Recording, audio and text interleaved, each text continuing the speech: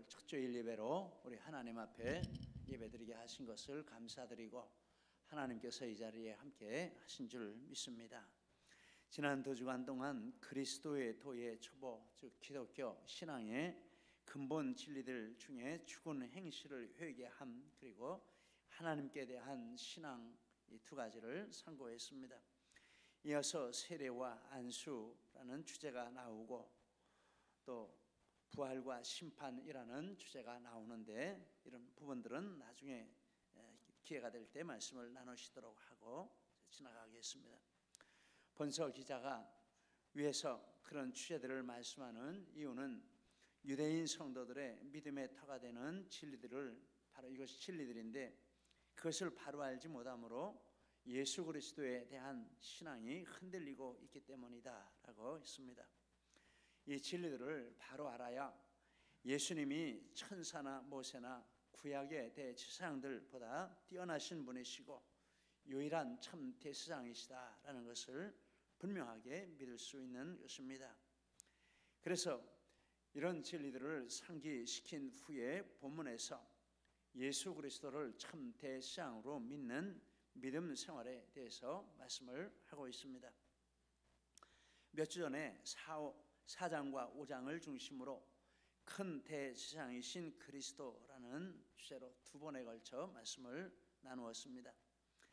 이번에도 동일한 주제인데, 그때는 예수님이 구약의 제사장보다 탁월하시다라는 것들을 비교하면서 탁월하심에 초점을 맞추었다면, 이 시간에는 그 참 대제사장 되시는 예수님을 믿는 신앙 생활이 어떤 것인지 이 부분에 초점을 맞추도록 하겠습니다.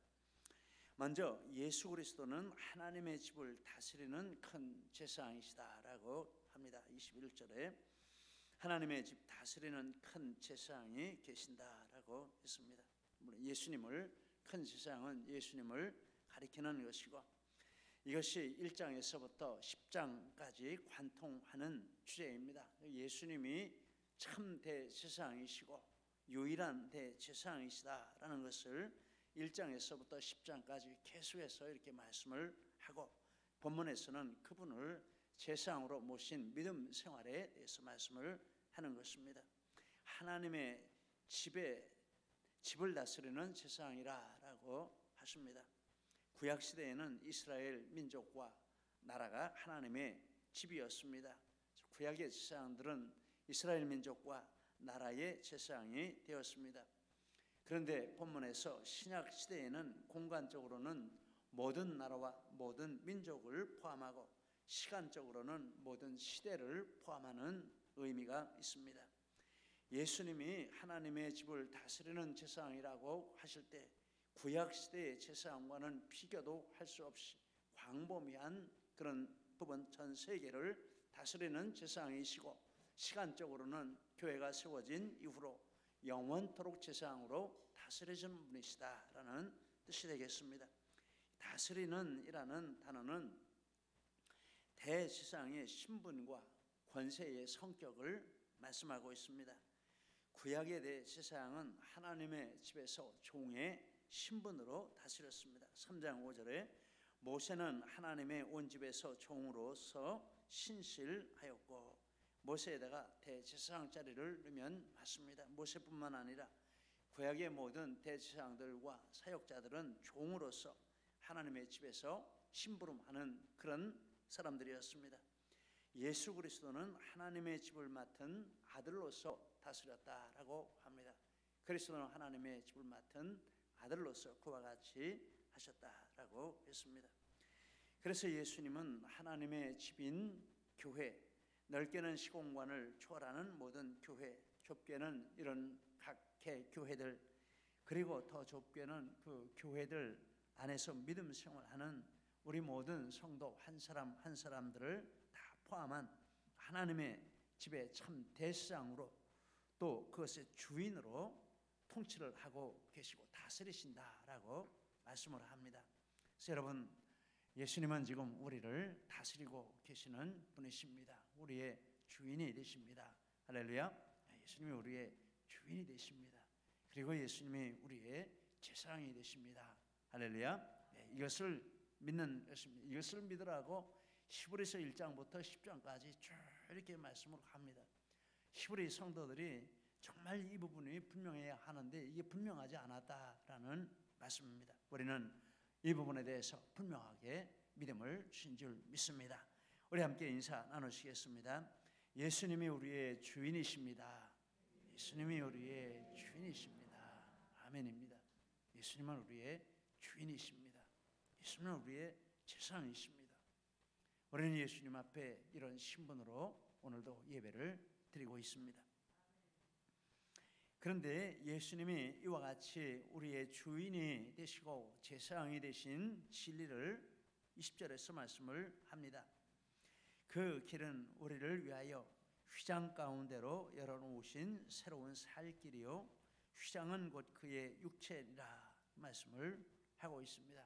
예수님이 우리의 주인이 되시고 대상이 되신 것은 휘장 가운데 길을 열어주셨기 때문이다 라고 말씀합니다. 휘장은 구약 시대의 대제사장 제도를 배경으로 하고 있는데 이 휘장, 여기에 나오는 휘장이라는 뜻은 구약의 대제사장 제도와 제사 제도가 불완전하다라는 의미를 담고 있습니다. 성전은 바깥쪽에 성소와 안쪽에 지성소가 있습니다. 그리고 그것을 나누는 것이 이 휘장입니다.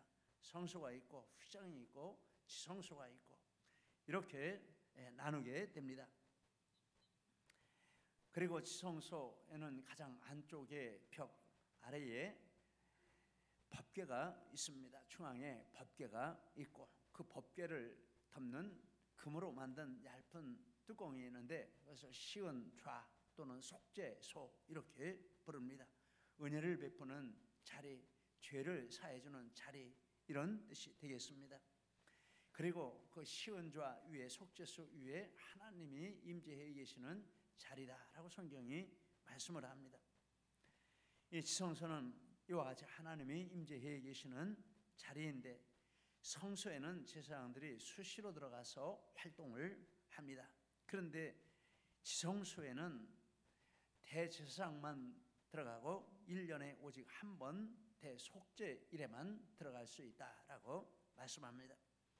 그리고 대제사장이 이 지성소에 들어갈 때 제물의 피를 가지고 들어가서 법궤 주위에 피를 뿌림으로 자기의 죄와 백성의 죄를 대속받는 이런 일을 하게 됩니다.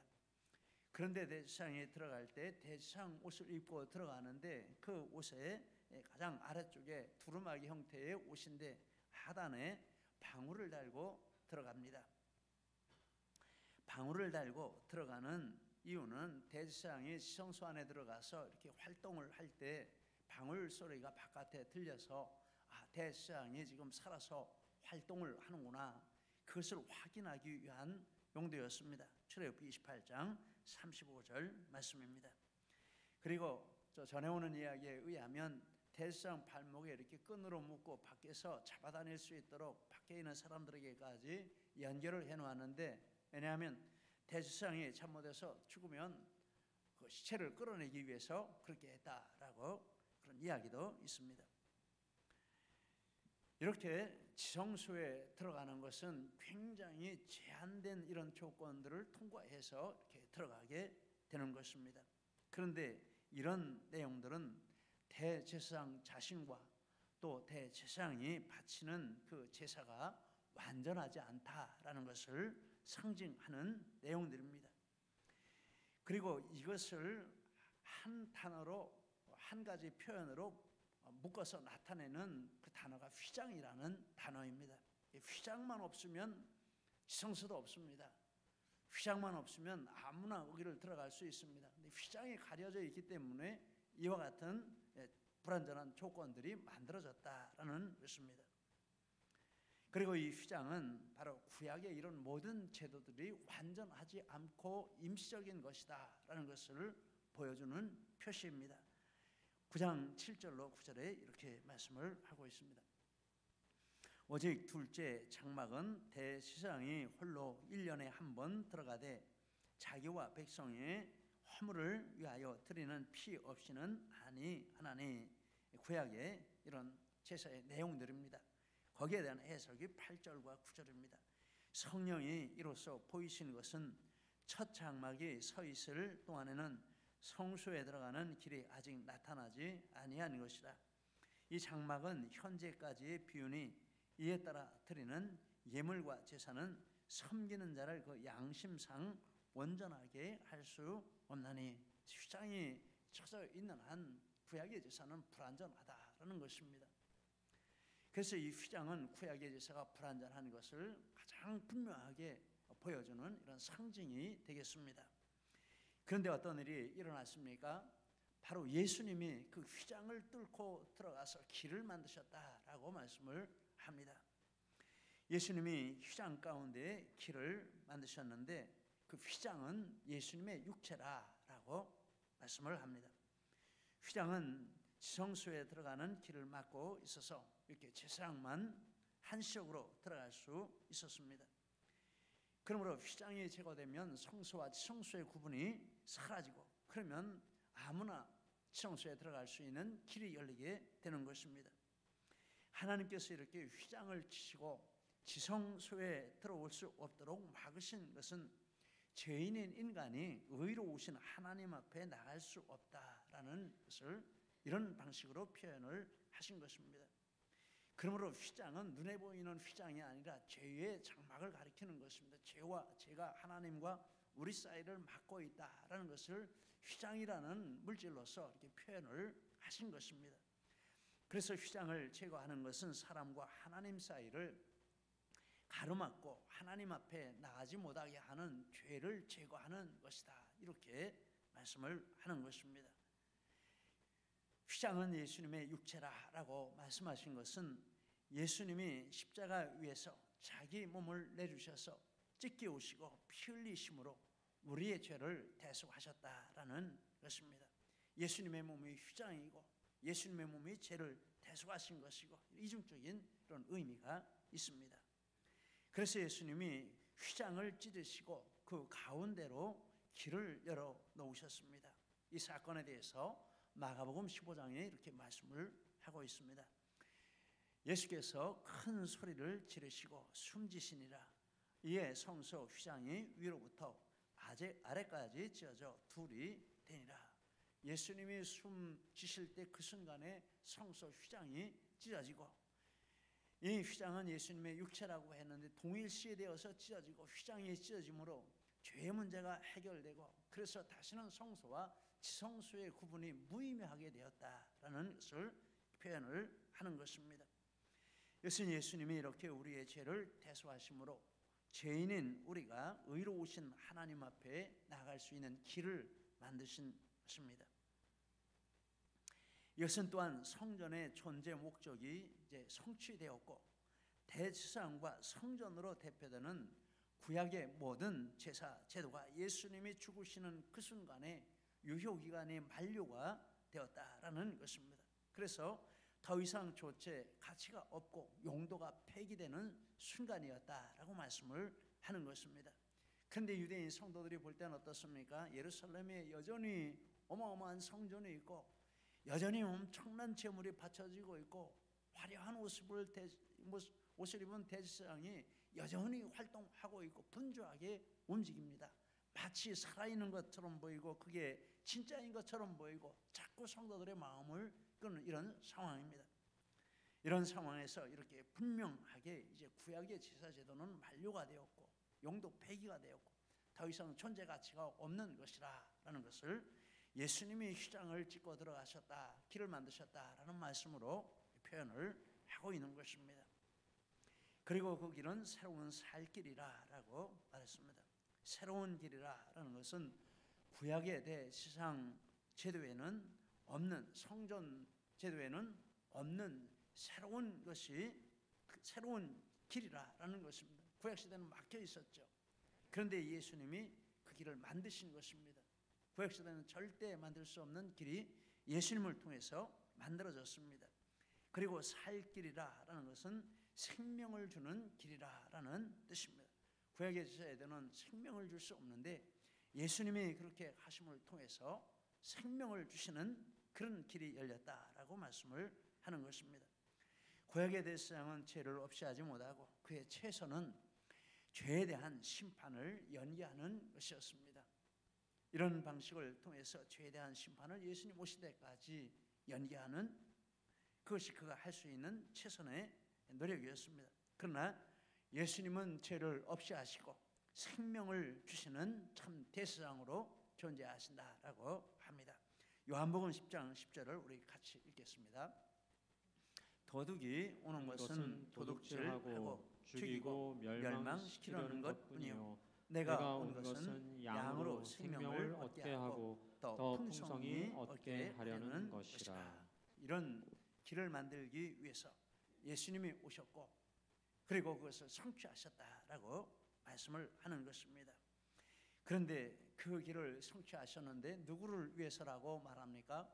우리를 위해서라고 했습니다. 그 길은 우리를 위하여 예수님이 휴장 가운데 열어놓으신 새로운 살 길이라고 했습니다. 우리를 위해서. 우리는 누구입니까? 바로 예수 믿는 우리를 가리키는 것입니다. 저와 여러분을 모두 가리키는 것입니다. 우리를 위해서 예수님이 그 길을 열어놓으셨기 때문에 우리는 그 길을 갈 수 있습니다. 그리고 그 길을 가는 방법은 예수님을 주님으로 나의 마음 가운데 영접하는 것입니다. 우리라는 것은 제한이 되어 있습니다. 예수님을 마음 가운데 진심으로 영접한 그 사람이 바로 이 생명의 길을 통과해서 하나님 앞에 나갈 수 있다라는 것입니다. 그러면 제사함과 구원과 영생의 축복을 누리게 된다라고 말씀합니다. 요한복음 3장 16절 17절 우리 사랑하는 말씀인데 같이 한번 읽겠습니다. 하나님이 세상을 이처럼 사랑하사 독생자를 주셨으니 이는 그를 믿는 자마다 멸망하지 않고 영생을 얻게 하려 하시니라. 하나님이 그 아들을 세상에 보내신 것은 세상을 심판하려 하심이 아니요 그로 말미암아 세상이 구원을 받게 하려 하시니라. 요한복음 5장 24절도 같이 읽겠습니다. 내가 진실로 진실로 너희에게 이르노니 내 말을 듣고 또 나 보내신 이를 믿는 자는 영생을 얻었고 심판에 이르지 아니하나니 사망에서 생명으로 옮겼느니라. 요한일서 5장 12절 이하도 같이 있습니다. 아들이 있는 자에게는 생명이 있고 하나님의 아들이 없는 자에게는 생명이 없느니라. 내가 하나님의 아들의 이름을 믿는 너희에게 이것을 쓰는 것은 너희로 하여금 너희에게 영생이 있음을 알게 하려 함이라. 우리를 위해서 이와 같이 살 길을 열어놓으셨습니다. 예수님을 믿으면 우리는 이런 축복을 받게 됩니다. 제사함을 받게 되고 새 생명을 얻게 되고 하나님의 모든 축복을 누리는 그 하나님 보좌 앞에 나아가는 이런 은혜를 누리게 된다라는 것입니다. 이게 예수님을 믿음으로 우리에게 가능한 것입니다. 여러분, 우리 예수 믿게 하신 우리 하나님 앞에 영광을 올려드립니다. 믿으면 하나님이 우리에게 주신 줄 믿습니다. 그래서 신약의 성도들은 이 성소에 들어갈 담력을 얻었다라고 합니다. 19절 성소에 들어갈 담력을 얻었나니. 구약의 이스라엘 백성은 성소에 들어갈 담력을 가질 수 없었습니다. 절대 가질 수 없습니다. 두렵습니다. 그런데 신약의 성도들은 이와 같이 성소에 들어갈 담력을 가지고 있다라고 합니다. 담력은 단호하게 행동하도록 뒷받침해주는 확고한 믿음과 확신이라는 뜻입니다. 이거 우리 이제 가지고 있습니다. 예수님이 이렇게 길을 열어놓으셨기 때문에 예수님을 믿고 하나님 앞에 나갈 수 있다라는 확신을 우리가 가지고 있는 것입니다. 그것을 가지게 된 근거를 말씀을 하고 있는데 첫째는 예수님의 보혈입니다. 19절에 형제들아 우리가 예수의 피를 힘입어 성소에 들어갈 담력을 얻었나니. 이 믿음, 예수님을 주님으로 믿는 믿음으로 하나님 앞에 이 길을 걸어서 나아갈 수 있다는 확신이 있습니다. 여러분, 우리 그런 확신을 다 가지고 오늘도 예배 자리에 오신 줄 믿습니다. 이런 확신이 있습니다. 그러나 그것만이 아닙니다. 22절에 우리가 마음의 뿌림을 받아 악한 양심으로부터 벗어나고 몸은 맑은 물로 씻음을 받았으니. 이 말씀은 첫째는 우리가 이와 같은 믿음으로 모든 죄가 사함받고 하나님의 자녀가 되었다라는 이런 확신이 마음 가운데 생기는 것입니다. 마음의 뿌림을 받고 악한 양심으로부터 벗어났어. 이제는 세상이 빼앗아갈 수도 없고 세상이 줄 수도 없는 예수님을 믿는 믿음으로 하나님이 우리 마음 가운데 주신 이 확신이 있습니다. 나는 반드시 이 축복의 주인공이 될 것이다. 나는 하나님의 이 믿음을 주셔서 절대 마귀가 나를 넘어뜨릴 수가 없다. 이런 확신을 마음 가운데 주신 것입니다. 확신이 마음에 생겼습니다. 여러분이 확신 다 가지고 계신 줄 믿습니다. 분명하게 이런 확신을 가지게 됩니다. 그냥 머리로만 아는 그렇다더라 이런 정도의 지식이 아니라 마음 가운데 이 확신이 분명하게 생기는 것입니다.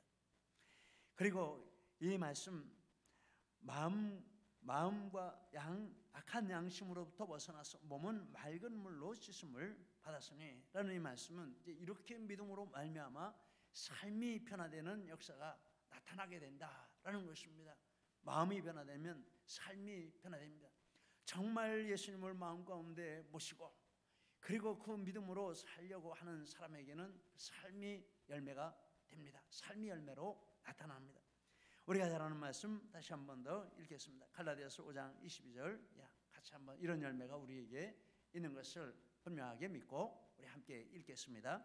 오직 사랑의 열매는 사랑과 희락과 화평과 오래 참음과 자비와 양선과 충성과 온유와 절제니 이 같은 것을 금지할 법이 없느니라. 그리스도 예수의 사람들은 육체와 함께 그 정욕과 탐심을 십자가에 못 박았느니라.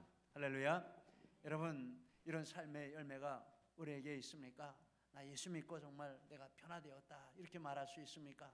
다른 사람들이 우리를 볼 때 저러면 예수 믿고 변화된 사람이야 이렇게 말할 수 있습니까? 교회 나가는 것밖에는 달라진 것이 아무것도 없어 이렇게 하면 좀 문제가 있는 것입니다. 분명한 예수님을 믿는 그 믿음 살 길을 통해서 하나님 앞에 가는 믿음은 마음에 확신이 있고 그리고 삶의 변화가 나타납니다. 그리고 이런 것들이 있을 때 예수님의 보혈로 내가 구원받았다라는 믿음과 그것이 내 안에 주는 확신과 그것이 삶으로 나타나는 이런 변화가 있을 때 이것이 하나가 되어서 우리에게 담력을 주는 근거가 된다라고 말씀을 하는 것입니다. 우리가 죄짓고 믿음 생활 잘 못하면은 마음이 이렇게 힘이 없지 않습니까? 바로 여기에 있는 것입니다. 그러나 이런 것들이 충만하면 우리 하나님 앞에 나올 때 힘이 있습니다. 담대함이 있습니다. 담력을 가지고 나올 수 있습니다. 우리 오늘도 담력을 가지고 하나님 앞에 오신 줄 믿습니다. 더욱 분명하게 이런 담력을 가지고 날마다 믿음 생활에 승리하는 우리 모두가 되시기를 축복합니다. 그런데 이렇게 하나님 앞에 성소에 들어갈 때 세 가지 모습을 말씀하고 있습니다. 참 마음과 온전한 믿음으로 하나님께 나아가자. 하나님 앞에 이런 바른 삶을 가지고 하나님 앞에 나가야 한다라고 합니다. 23절에 약속하시는 이는 믿으시니 우리가 믿는 우리의 소망을 움직이지 말며 굳게 잡고 하나님이 약속해 주셨으니 이 말씀은 분명하다라는 자기 자신에 대한 믿음을 굳게 잡고 나가라라고 말씀합니다. 그리고 24절 25절에 서로 돌아보아 사랑과 선행을 격려하며 모이기를 패하는 어떤 사람들의 습관과 같이 하지 말고 오직 권하여 그날이 가까움을 볼수록 더욱 그리하자라고 했습니다. 담력이 있으면 이제 우리 이웃을 이렇게 권할 수 있습니다. 우리 같이 예수님 믿읍시다. 빠지지 말고 예배 참석합시다. 여러분 이게 믿음은 모일수록 더 강해지는 것입니다. 안 모이면 안 모일수록 나는 괜찮아 이렇게 해도 이건 내가 내 믿음을 지킬 수가 없는 것입니다. 주중에 한 번 예배 오는 거하고 두 번 예배 오는 거하고 다릅니다. 두 번 예배 오는 거하고 세 번 예배 오는 거하고 다릅니다. 내 믿음은 내가 지키는 것이 아니라 예배에 참석해서 이와 같이 은혜를 받으면서 지켜가는 것입니다. 이 성도들도 모이기를 피하는 사람들이 일어나니까 흔들리는 이런 상황이 된 것입니다. 여러분 우리 모이기를 힘쓰시기를 바랍니다. 모이기를 피하지 마시기를 바랍니다. 열심히 모여야 합니다. 그래야 거기서 불이 나고 더 활활 타오르고 또 자꾸 올 때 믿음이 없는 사람도 믿음이 생기고 능력이 생기고 이런 담력이 생기고 함께 붙들고 하나님 앞에 나아가는 이런 역사가 나타난다라는 것입니다. 이 생명의 길을 가는 중요한 방법은 서로 붙들고 가는 것이다라고 말씀을 하고 있습니다. 예수님은 우리의 주인이 되십니다. 예수님은 우리의 대지상이 되십니다. 그분이 열어놓으신 길로 이와 같이 우리 모두 함께 서로 붙들고 하나님 앞에 나아가는 축복의 사람들이 다 되시기를 예수님 이름으로 축복합니다. 기도하시겠습니다.